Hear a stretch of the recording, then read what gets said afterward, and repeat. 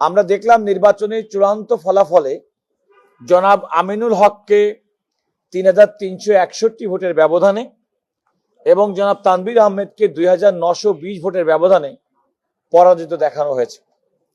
এই দুটি আসনে যথাক্রমে জামাত ইসলামের প্রার্থী জনাব মোহাম্মদ আব্দুল বাতেন এবং জনাব মোহাম্মদ সৈয়দ জয়নুল আবেদিন তাদেরকে বিজয়ী দেখানো হয়েছে।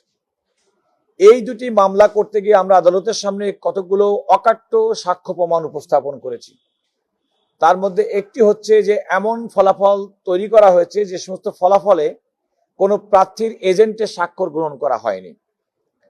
আমরা জনাব আমিনুল হক নির্বাচনের আগেই নির্বাচনকে ইন্টিমেট করার জন্যই যে যারা প্রচেষ্টা করেছিল ভোটারদেরকে প্রভাবিত করার জন্য কালো টাকা ছড়াছড়ি এবং সেক্ষেত্রে আগে থেকে মোবাইল কোর্ট পরিচালনা হয়েছিল, মোবাইল কোর্ট শাস্তি দিয়েছে, এমন ঘটনাও আছে। অর্থাৎ জনাব আমিনুল হকের এই আসনে, ঢাকা 16 আসনে নির্বাচনের দিনের আগেও নির্বাচনী নানা রকম করাপ্ট প্র্যাকটিস, অন্যায়, ভোটারদেরকে ভয়ভীতি প্রদর্শন করা, বিএনপির প্রতি এজেন্টদের ভয়ভীতি প্রদর্শন করা এবং ভোটারদেরকে ভোট কেন্দ্রে যেতে বাধা দেওয়ার সুনির্দিষ্ট অভিযোগ আমরা আমাদের এই পিটিশনে আদালতের সামনে উপস্থাপন করেছি।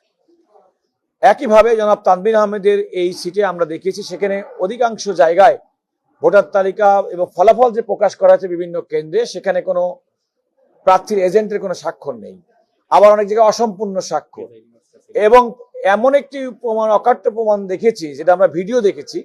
সেখানে দেখা যাচ্ছে প্রিজাইডিং অফিসার নিজে তিনি একজন প্রার্থীর পক্ষে, যিনি নির্বাচনে বিজয়ী হয়েছেন জামাত ইসলামের প্রার্থী, তার পক্ষে তিনি সিল মারছেন। এমন অকাট্য প্রমাণও আমরা আদালতের সামনে উপস্থাপন করেছি।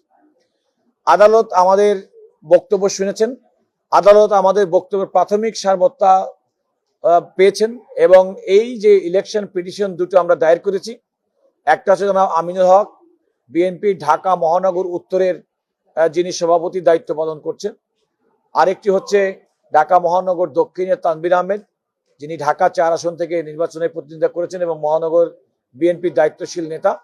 এই আমাদের সাক্ষ্য প্রমাণ এবং যুক্তি উপস্থাপনের পরে মাননীয় বিচারপতি এই দুটি নির্বাচনী পিটিশন শুনানির জন্য গ্রহণ করেছেন এবং শুনানির পরবর্তী তারিখ 8ই জুন নির্ধারণ করেছেন। সেদিন প্রতিপক্ষ যারা প্রতিদ্বন্দ্বী নির্বাচনী প্রার্থী যারা ঘোষিত হয়েছেন তাদের পক্ষ থেকে তারা যে নোটিশ দেওয়া হয়েছে এবং সেই নোটিশের পরিপ্রেক্ষিতে তারা যে জবাব দিবেন কিংবা নোটিশ ফেরত আসার জন্য